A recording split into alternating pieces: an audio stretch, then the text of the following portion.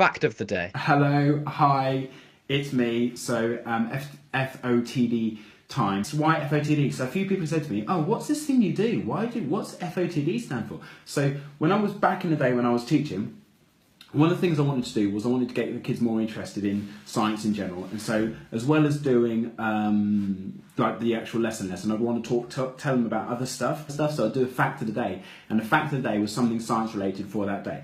That's why I did that. So today's FOTD number 30. So FOTD 30. Today it's a topic called synesthesia. So synesthesia is basically where the parts of your brain that take messages from your senses get crossed over and the wires get crossed. So for example, you could see sounds or you could hear colours.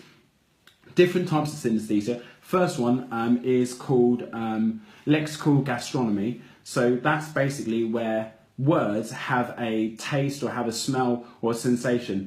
So for example, you could have a friend called, I don't know, Clive, and whenever you hear the word Clive or you see his name Clive, then in your brain what happens is it immediately makes you think of and feel like a warm squidgy poo or something like that, because the senses, your hearing or your sight, are mixed over with your taste and your touch.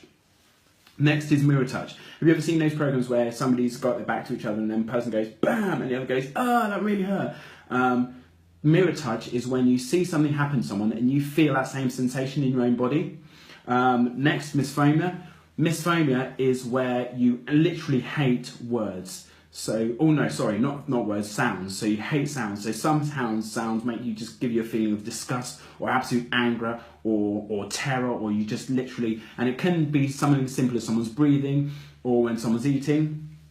Next, personified sequences. So some people have, we have sequence of Monday to Friday, days of the week or numbers, and those sequences, you actually give them, you personify them. So for example, Monday to you could be an old man who's got like a beard. Tuesday could be like a young kid on a skateboard. This is what actually your registers in your brain when you see these different days of the week. And then you've got number form synesthesia. Number form synesthesia is where you see a bunch of numbers and it just makes it up into a map in your brain. And chromesthesia is where you have this, where you see colours associated with sounds. So you'll hear a sound and you'll think that's a green, or that's a blue, or that's a red. And all of these different forms are simply because the wires, the neuronal connections in your brain, are crossed over.